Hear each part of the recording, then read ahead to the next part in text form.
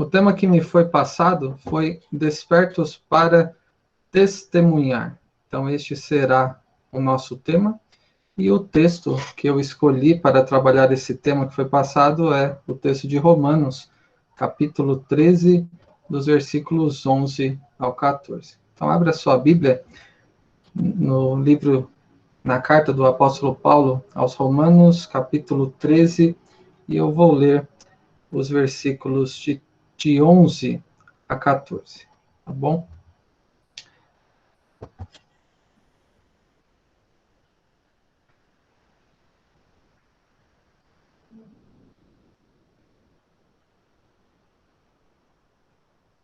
Diz assim a palavra do nosso Deus.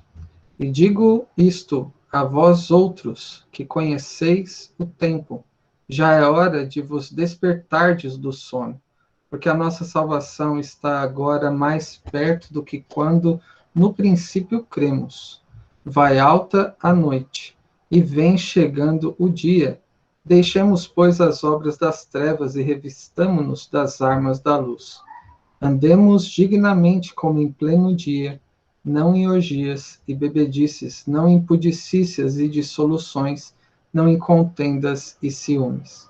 Mas revesti-vos do Senhor Jesus Cristo, e nada disponhais para a carne no tocante às suas concupiscências.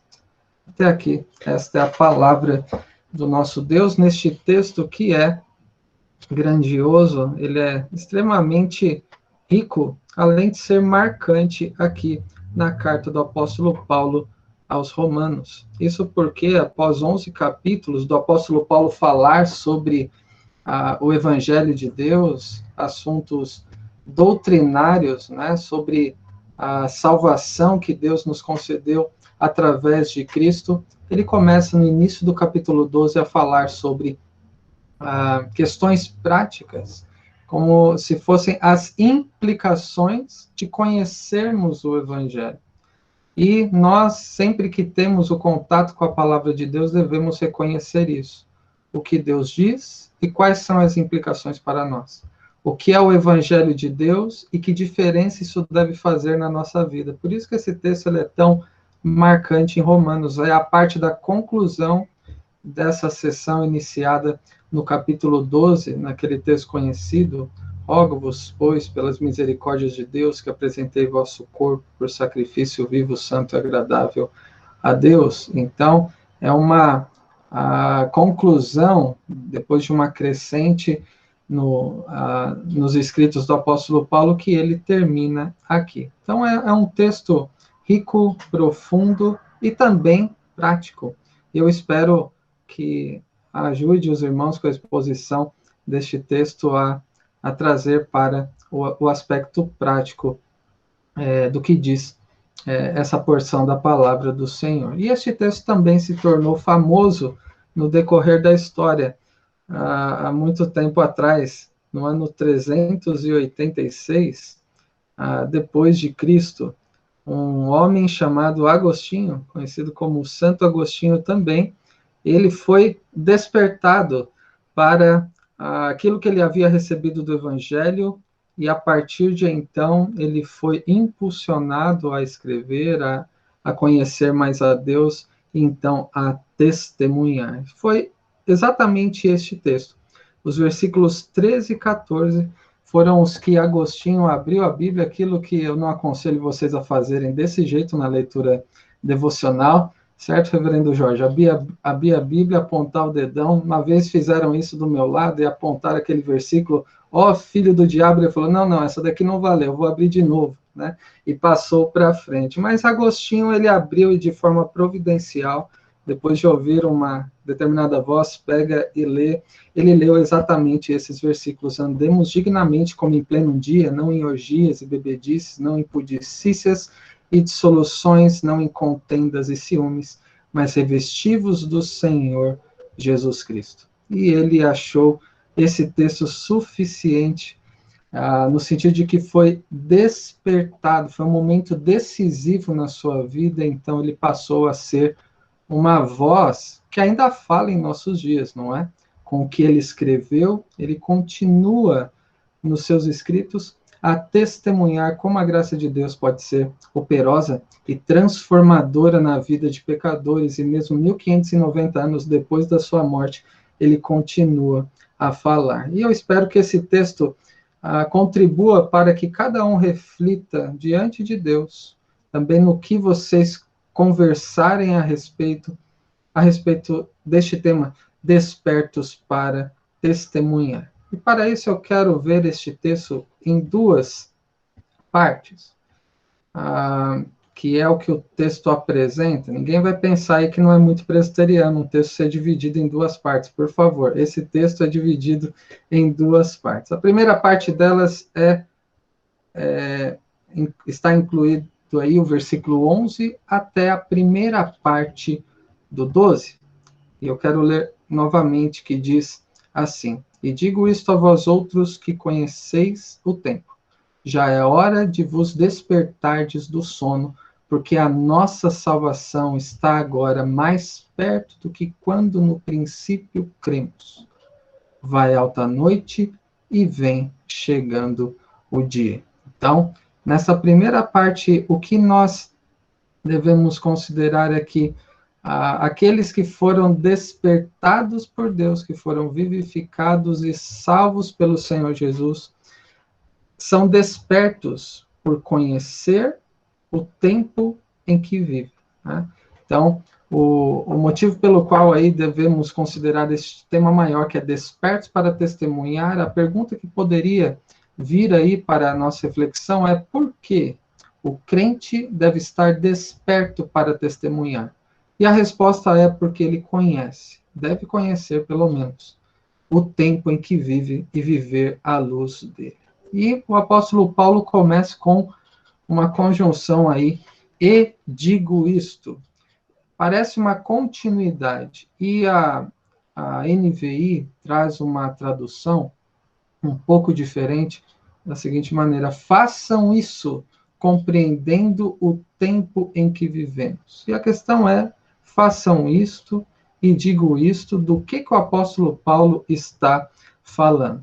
Justamente das implicações práticas de não somente conhecermos o Evangelho, mas de termos sido transformados, ou pelo fato de que, conforme passa o tempo, estamos sendo transformados pelo Evangelho de Deus.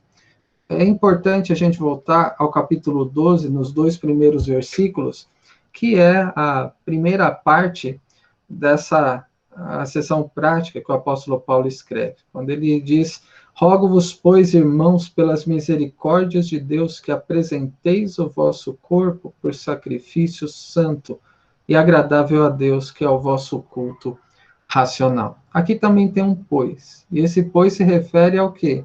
Ao que o apóstolo Paulo disse até aqui, considerando que a ira de Deus se revela do céu, como ele começa lá no capítulo 3, o evangelho de Deus é revelado em Cristo, no capítulo 1, desculpe, sobre a ira de Deus. No capítulo 3, ele começa a falar sobre a justiça de Deus revelada em Cristo, fala sobre a adoção, fala sobre a nossa união com Cristo, fala sobre a santificação, e ele fala a respeito da eleição e tantos temas que dizem respeito ao Evangelho de Deus. Considerando que vocês receberam o Evangelho de Deus e foram transformados por ele, salvos em Cristo, apresentem-se a si mesmo como um sacrifício vivo a Deus. Ele continua: não vos conformando, tomando forma com este século, com este mundo. E poderíamos dizer aqui, para aproximar da nossa passagem, com o tempo em que nós vivemos. Mas transformai-vos pela renovação da vossa mente, para que experimenteis, ou em outras palavras, para que saibam discernir qual é a vontade de Deus em cada situação. Não se amoldem a como é este mundo, ou como as pessoas vivem. Vocês foram unidos a Cristo e devem se parecer mais com Ele, para que sejam agradáveis a Deus. E quando ele diz no início do versículo 11, lá do capítulo 13, façam isso. Todas as implicações práticas do Evangelho a partir do primeiro versículo de Romanos 12. Façam isso. compreendendo o tempo em que vivemos. Considerando que o crente deve saber discernir quais são os dias em que nós vivemos, o que Deus revelou sobre esses dias, está na hora de acordar. Está na hora de despertardes do sono. E o sono aqui é no sentido de ficar acomodado, de ficar... eu brinquei, eu vou abrir meu coração aqui agora, e é que bom que nem todas as câmeras estão abertas, que senão muitos iam rir ao mesmo tempo, talvez, né? Mas no sentido de que me chamar para falar sobre despertos, com essa minha voz que é convidativa a dormir, é algo que, né, Cássio, que está balançando a cabeça aí. Eu achei interessante essa aproximação, né? Mas considerando que vocês conhecem o tempo, vocês devem estar acordados, não acomodados. Talvez alguns estejam se acomodando ao ouvir a voz, ou distraídos com outras questões da própria vida. É aquilo que muitas vezes se diz de ligar o automático e viver o dia a dia sem muito refletir, indiferente com o que Deus está fazendo. O que o apóstolo Paulo está dizendo aqui? Se vocês conhecem o que Deus está fazendo no mundo, se vocês conhecem o que ele já fez no passado, o que espera de vocês no presente, está na hora de acordar. Não viver mais de uma forma parecida com o que os outros vivem. Que um ser vivo, como diz minha filha, já aos 7 anos, já explica isso, um ser vivo é aquele que nasce, cresce, se reproduz e morre, como se a vida tivesse um fim em si mesmo. Mas o crente não deve viver alheio à realidade ao seu redor e nem ao tempo em que vive. De qual tempo que está falando aqui o apóstolo Paulo? Nós vivemos nos últimos dias. Aquilo que Deus revelou desde o Antigo Testamento, ele já cumpriu boa parte do que ele prometeu, e agora estamos nos últimos dias. E o crente deve viver à luz desses últimos dias. E ele acrescenta aí na continuação, porque a nossa salvação está agora mais perto do que quando no princípio nós cremos. Essa é a ideia de que cada dia que passa, o cumprimento do que resta das promessas de Deus, do dia do Senhor, que aqui para nós, no tempo em que nós vivemos, é o dia do retorno de Cristo, está cada vez mais próximo. E o crente vive como aquele que foi salvo no passado, que está sendo salvo no presente e que será salvo no futuro. Tudo isso ao mesmo tempo. O texto de Paulo a Tito, que diz que a graça de Deus se manifestou salvadora a todos os homens no passado, em Cristo Jesus. Nos educa no presente para que abandonemos o pecado e vivamos de uma forma sensata, justa e piedosa, aguardando a bendita esperança do retorno de Cristo. Estes são os 3 tempos em que o crente é convocado, é ordenado a viver. Consciente do que Cristo fez no passado ao nos justificar. Consciente de que nesses últimos dias Deus está nos santificando e aguardando também a consumação da obra de Cristo em nós, como Paulo disse aos Filipenses, aquele que começou a boa obra em nós, um dia vai completá-la.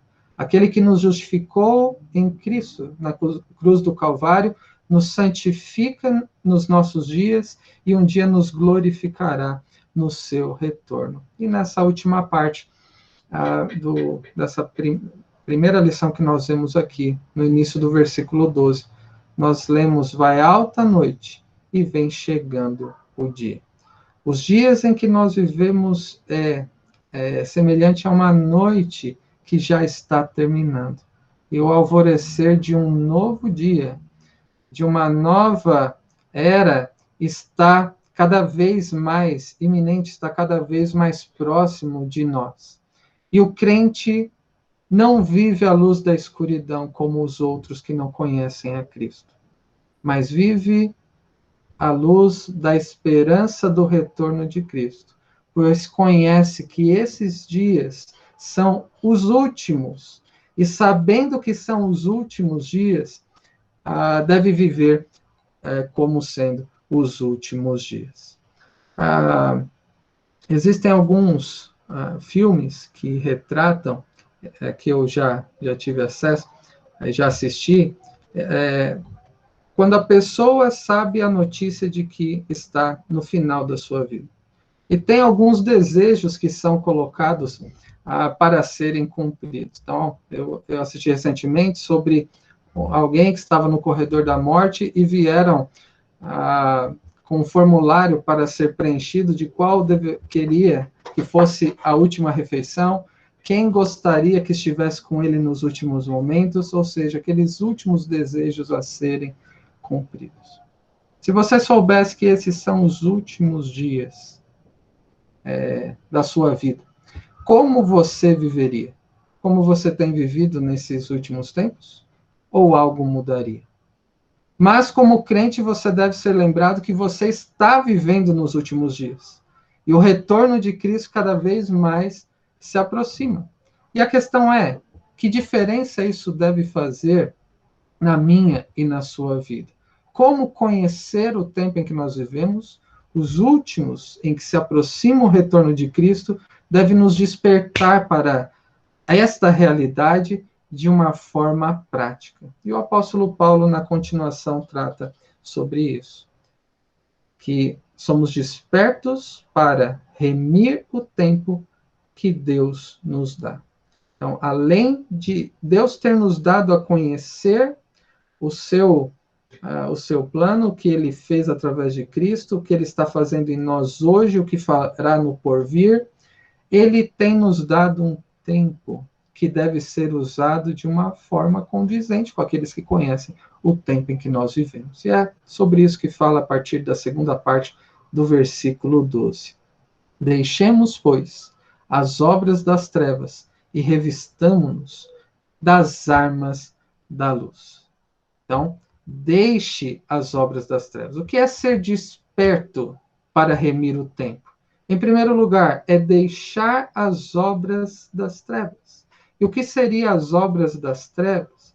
Seria aquilo que desagrada a Deus, o pecado, a semelhança com este mundo, as obras da carne, como as Escrituras nos apresentam muitas vezes, como Paulo escreveu aos Gálatas, no capítulo 5, sobre as obras da carne, que são prostituição, impureza, lascívia, idolatria, feitiçarias, inimizades, porfias, ciúmes, iras, discórdias, dissensões, facções, invejas, bebedices, glutonarias e coisas semelhantes a essas.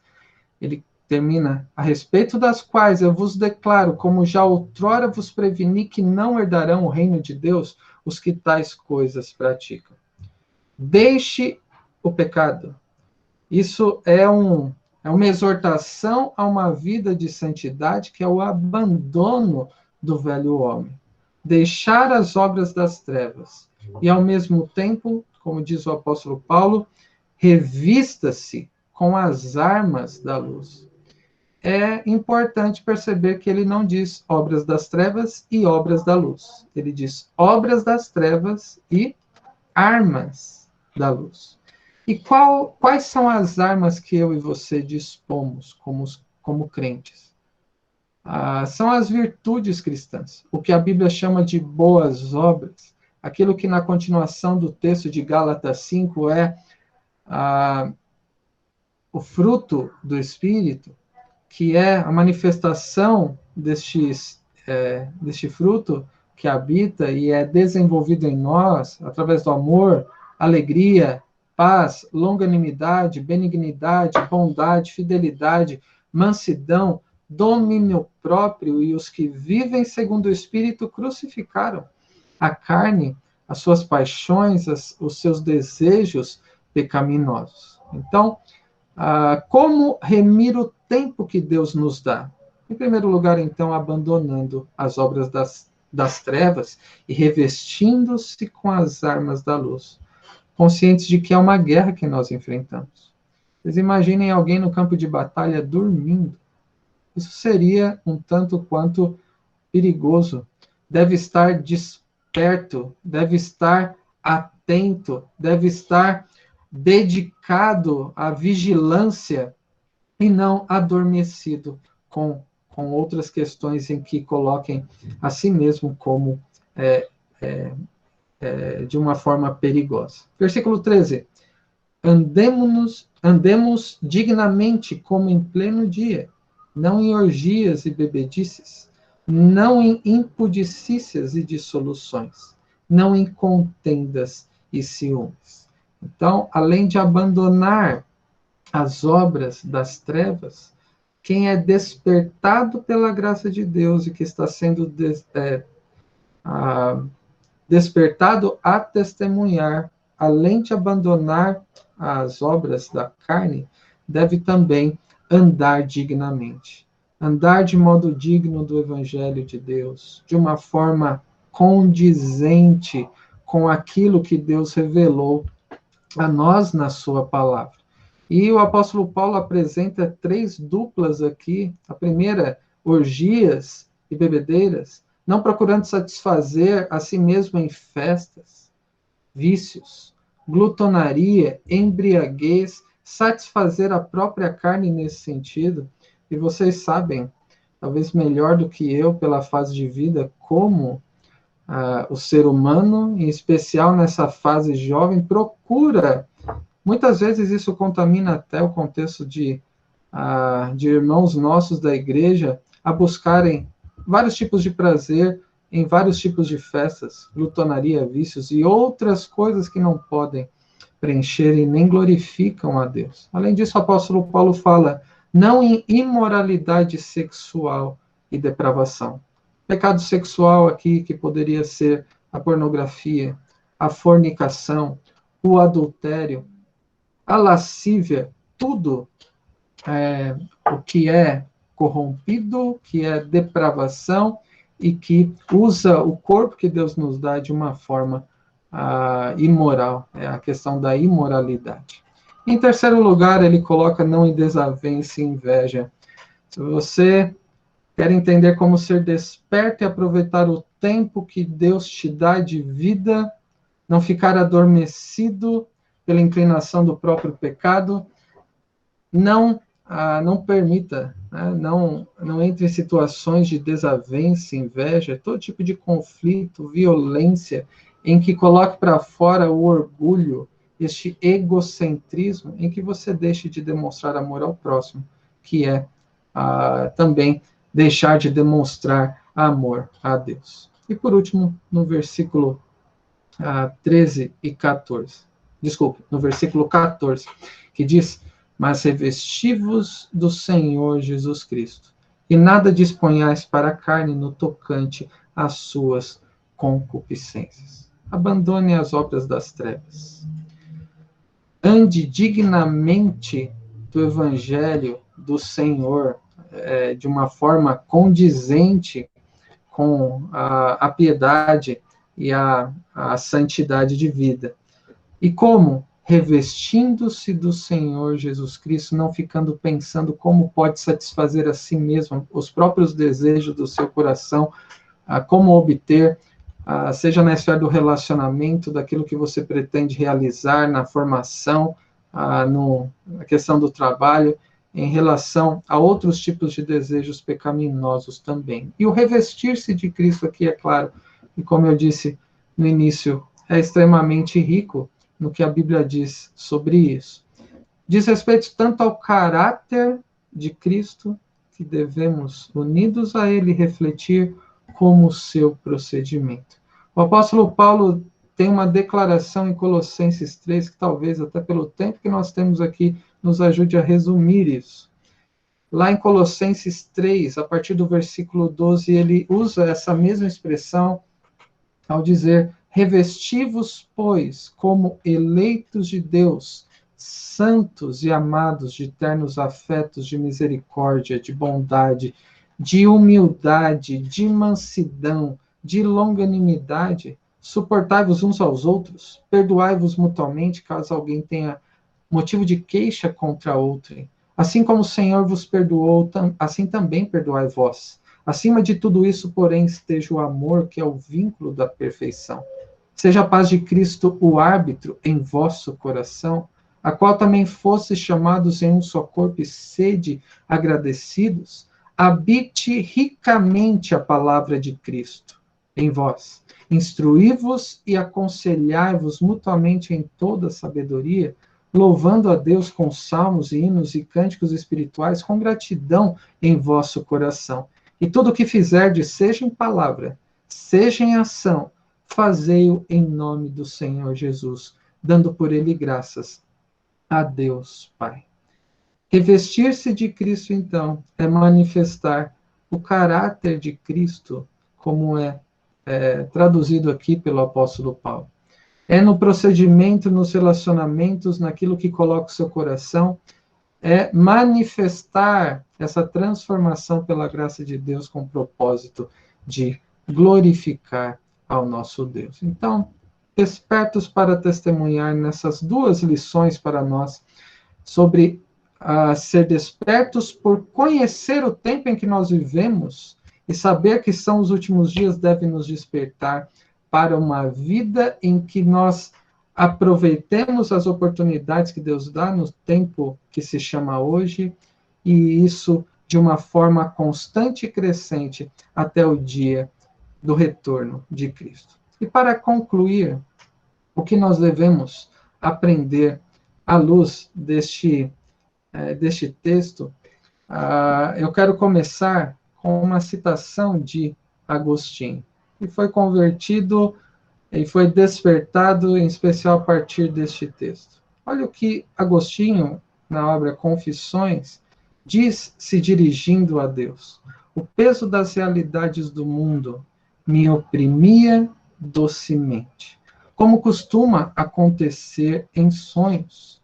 Os pensamentos e reflexões sobre ti, e aqui são orações, ele se dirigindo a Deus, eram como os esforços daqueles que desejam despertar, mas vencidos pela profundeza do sono, nele tornam a mergulhar. Você já tentou acordar e não conseguiu? É angustiante, não é? É esse sentimento que Agostinho está transmitindo aqui. Ninguém quer dormir constantemente, e todos concordam que é melhor manter-se desperto. Contudo, quando o sono torna os membros pesados, retarda-se o esforço de acordar, e quando a contragosto chega a hora de levantar, aprecia-se ainda mais o sono. Só mais 5 minutinhos, não é? Que vai longe muitas vezes. Do mesmo modo, estava eu certo de que seria melhor entregar-me ao teu amor do que ceder à minha paixão. Aquele me agradava e me vencia, e esta me aprazia e me encadeava. Eu não sabia como responder quando me dizias: ó tu que dormes, desperta e levanta-te de entre os mortos, que Cristo te iluminará. Tu me mostravas que estavas dizendo a verdade, e eu já estava convencido. Nada tinha a responder senão palavras preguiçosas e sonolentas. Um momento, daqui a pouco, espera mais um instante. Pense nas justificativas para responder ao chamado de Deus para que você desperte e possa viver de uma forma desperta para testemunhar. Mas esses momentos não tinham fim. Aquele espera um instante se prolongava e era inútil intimamente comprazer-me na tua lei. Eu percebia outra lei em meus membros que pelejava contra a lei da minha razão e me acorrentava a lei do pecado, existente em meus membros. Infeliz de mim, quem me libertará deste corpo de morte, senão a tua graça, mediante o nosso Senhor, o Senhor nosso, Jesus Cristo? E pela graça de Deus, assim como Agostinho foi trabalhado e foi despertado, e o seu testemunho continua vívido, ainda em nossos dias, nós fomos despertados pela graça de Deus, do sono da morte. E somos despertados à medida que conhecemos o tempo em que nós vivemos e o quanto você tem conhecido desses últimos dias em que nós vivemos. Quantas vezes na última semana, talvez, ou nesse período de quarentena, você pensou que o dia do retorno de Cristo está cada vez mais próximo? Você certamente pensou em muitas coisas neste período, mas quantas vezes você pensou que o dia do retorno de Cristo está mais próximo, de maneira que isso fez uma diferença real no seu planejamento semanal, naquilo que você coloca os seus esforços e naquilo que você tem como consolo e como esperança? Na verdade, que se muitas vezes pecamos em nos esquecermos desta realidade cada vez mais próxima do retorno de Cristo, se você nem pensou o quanto você está vivendo à luz dela. O tempo passa e nós nem sempre aproveitamos. Deus nos dá tempo de vida e nem sempre aproveitamos da maneira como Ele requer de nós. Quero dar isso num exemplo de como passa. No início do ano eu comprei um tecladinho assim para aprender. Eu arranho violão, mas eu gostaria de aprender teclado. Então tem gente da igreja aqui que talvez nem esteja sabendo. Eu queria fazer aquela surpresa, não é? Já pensou? Depois da quarentena eu vou estar tocando teclado? Ia despertar orgulho em muita gente aí do nosso convívio. Mas passou o tempo e eu não consegui desenvolver muito. 4 meses e como passa, e aquela sensação de que eu estou aproveitando esses dias que se passam tão rápido. É claro que aprender um instrumento musical é um aspecto, mas o quanto tempo você tem se dedicado à devoção, ao testemunho, a ajudar alguém próximo a você, seja para evangelizar, no aconselhar-vos mutuamente, no contexto da igreja. O tempo passa e nós muitas vezes estamos adormecidos, envolvidos demais com outras questões e deixamos de viver na perspectiva do retorno de Cristo. Se conhecemos os últimos dias, nós precisamos viver à luz dessa realidade, ele vai voltar. E esta esperança, se ele voltasse, o que você apresentaria da sua diligência a ele? Por isso o apóstolo Paulo, ele exorta: eu rogo pela misericórdia de Deus que vocês se apresentem por sacrifício vivo, santo e agradável a Deus. Não vos conformem ao tempo em que vivemos, mas que vocês sejam transformados pela renovação da mente, para que vocês saibam discernir qual é a vontade de Deus em cada coisa, que é boa, agradável e perfeita. Em segundo lugar, sobre a nossa segunda lição, sobre sermos despertos para um propósito, que é remir o tempo que Deus nos dá. Que diferença faz para você saber que vivemos nos últimos dias? Como que isso te impulsiona a viver de uma forma mais santa? E santidade não é revestir-se somente tendo boa aparência, mas é se preparar para uma guerra contra o pecado. Por isso, o chamado é para levar Deus a sério. É também um chamado, uma convocação do nosso Senhor para vivermos de uma forma piedosa, andando diante dele para ele, em todas as áreas da nossa vida, brilhando no mundo que Deus nos colocou, que ele tem permitido que nós reflitamos a luz e a glória de Cristo aqui. E além disso, saber que estamos nos últimos dias nos desperta para aproveitarmos o nosso tempo revestindo-nos de Cristo, no seu caráter e no procedimento.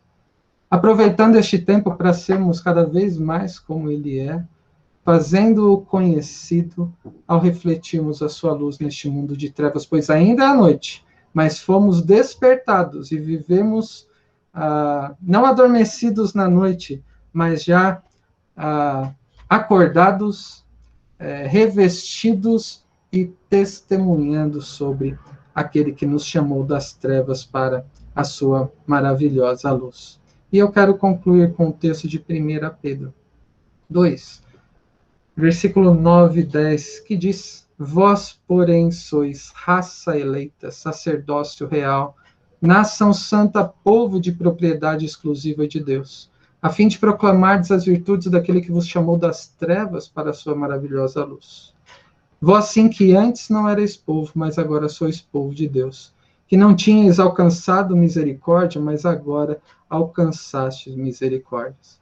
Ser desperto para testemunhar, como diz aqui o nosso tema, à luz deste outro texto de 1 Pedro 2, nós temos que lembrar que nós fomos salvos e somos despertos para a palavra de Deus, lembrados, exortados dessa realidade, para que vivamos neste mundo como sacerdotes, aqueles que conduzem pecadores até Deus, mostrando o caminho para a reconciliação com Deus que está ofendido por causa do nosso pecado.